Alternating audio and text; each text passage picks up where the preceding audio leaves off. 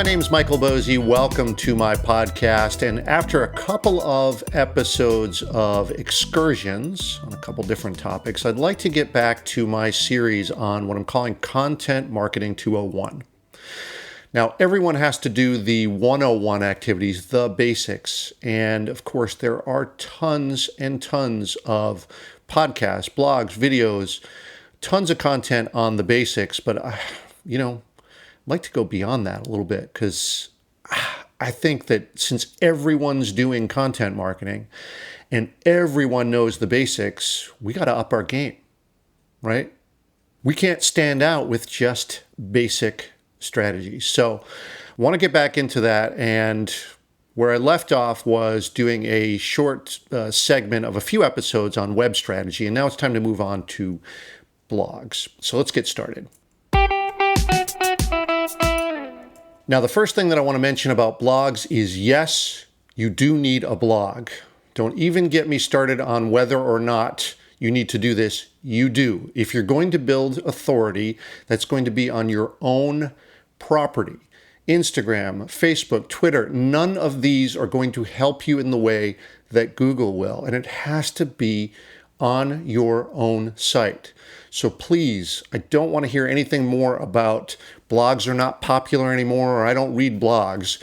Google is reading them, and that's all you need to know.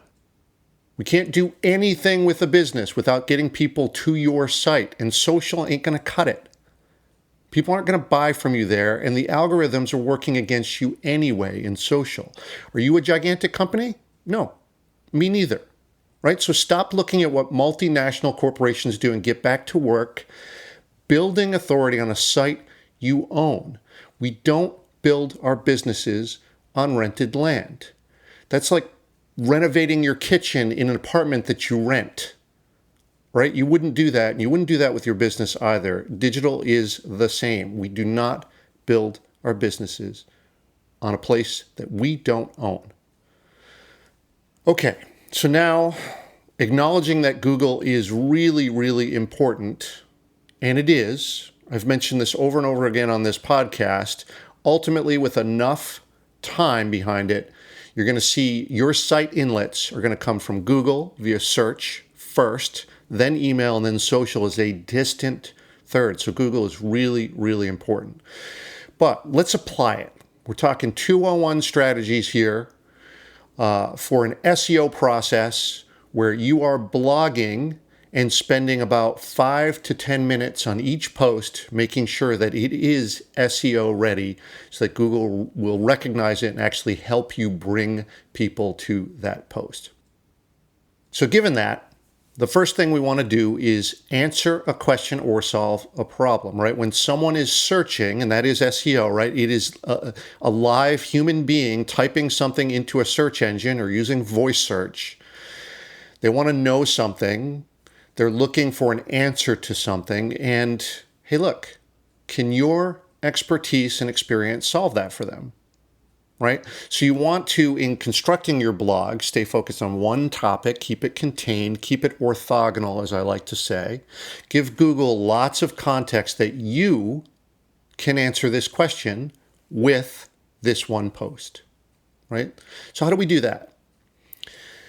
First of all, a little research for matching your answer to how people search for it, right? You might have the answer, but if it's not matched to the way that people are searching for it, Google may never make the connection for you. And the matching mechanism is via keywords. And I don't want to overvalue keywords. Keywords are important, but they're not everything. Google is much, much better at not just using the keyword on its own, but putting those into context. So I'm going to go through my 5 to 10 minute process. I'm going to do this very, very quickly, but if you need extra help on this, I do have some other materials. I've built courses on this, and I have 2 modules in particular in a course that is locked, that is paid. But listen, I want to help you with this. So if you would like access to it for free to these modules, just contact me via the contact form on this site or email me. I don't want to open it to anyone, but if you ask, as a listener, I'll give you access to those for free. So just ask. But let's go through this very, very quickly. In your blog post, you're going to have first and most important thing is your post title, right? Want to have the keywords, if you can, sort of up in the front of the phrase if you can. You want to always make it seem very natural, right? Even though we're writing with the intent to have Google recognize these keywords and give it some context, we got to write for humans first, right? It's got to make sense. But that title is critically important, right? It's going to be the first signal that you give to Google. And in Google search results, obviously, title is going to be the very first thing. Now, along with that is going to be the slug. So in other words, yoursite.com / and there's going to be a string of characters that should match the title and that keyword. So for instance, if the title is, let's say the post was called content marketing, mine would be controlmousemedia.com / content-marketing in the slug, which would match the title. So it's giving Google some cues on, hey, this title is content marketing. Oh, hey, the slug matches that too. Okay, good. We've given some context to this. Now, those two things, they show up in search results, right? Title and the full address of your site and the slug. But there's one more thing that goes with it, and that's your post meta description, right? So this is 160 to 185 characters that are going to show up right below the title and the URL in Google search results. So this is a really, really important ranking factor, and you want to try to get those keywords into at least once into that meta description. You don't want to overdo it with keywords. Once is probably enough. But these three things are really high ranking factors in Google's list of 200 things that they look at, 200 different factors in SEO.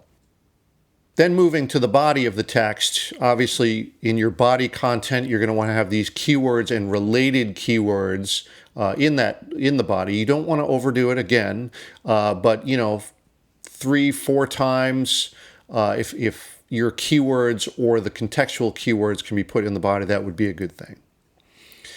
You want to use headers.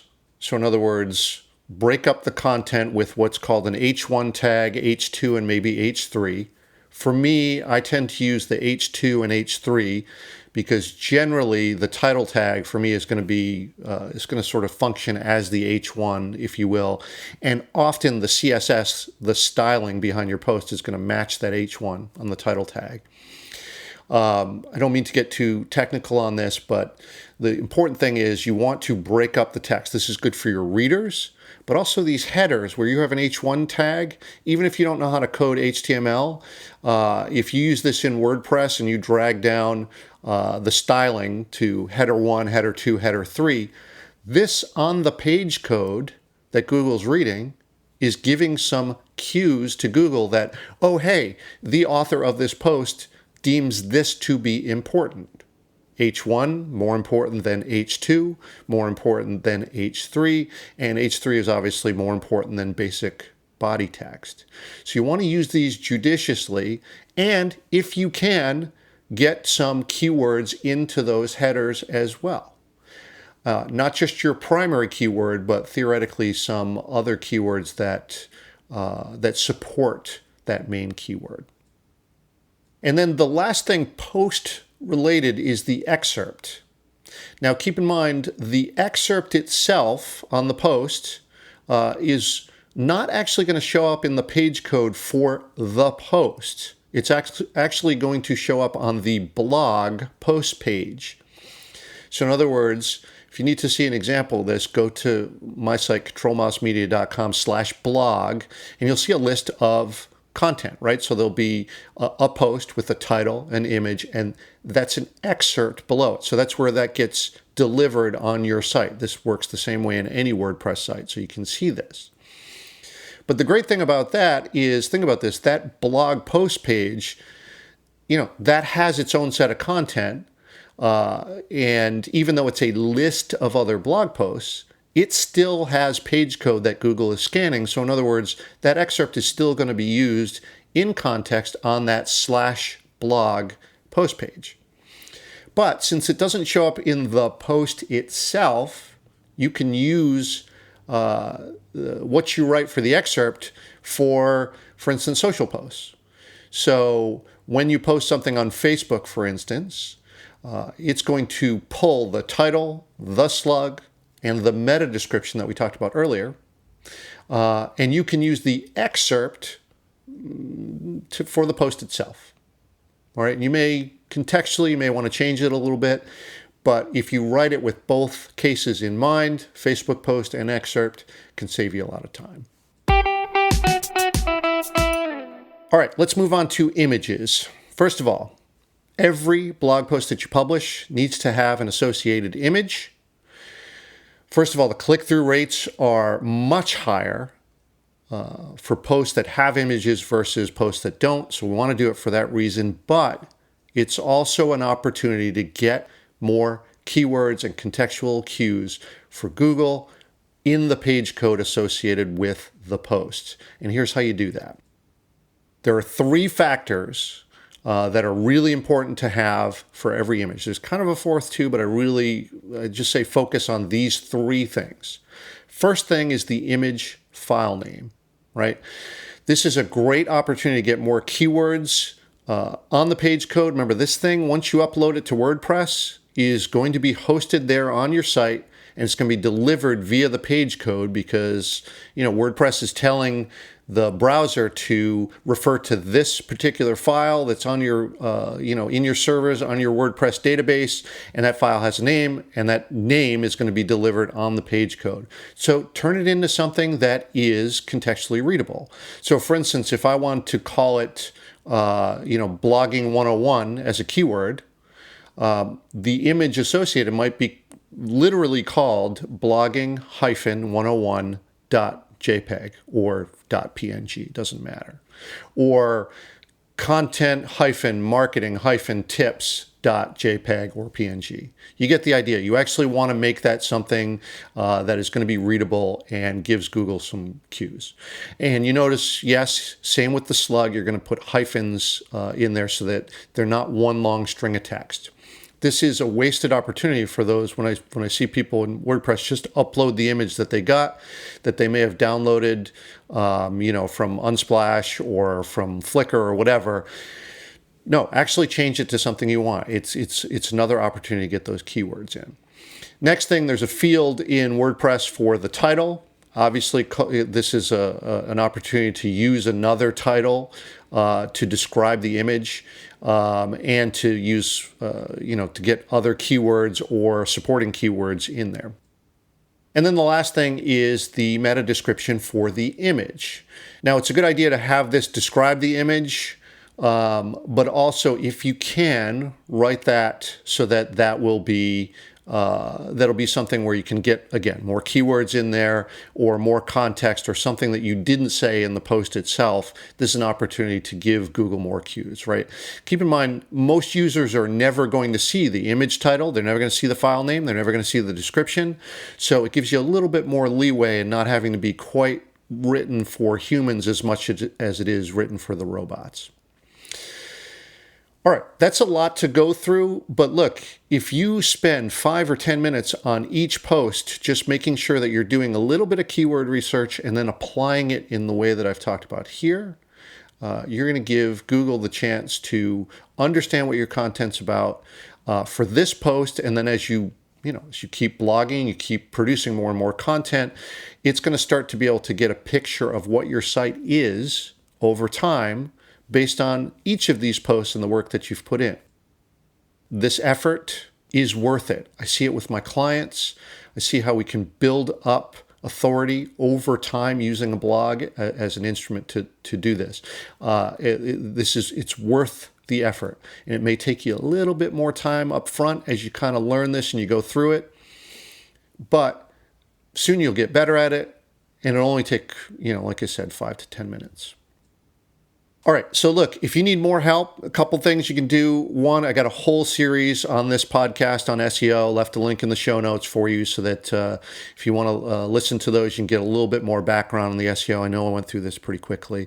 Or, hey, look, we can do a training together too. If you want to sit down live with WordPress open on your site, you and I can do that. Just book a session with me.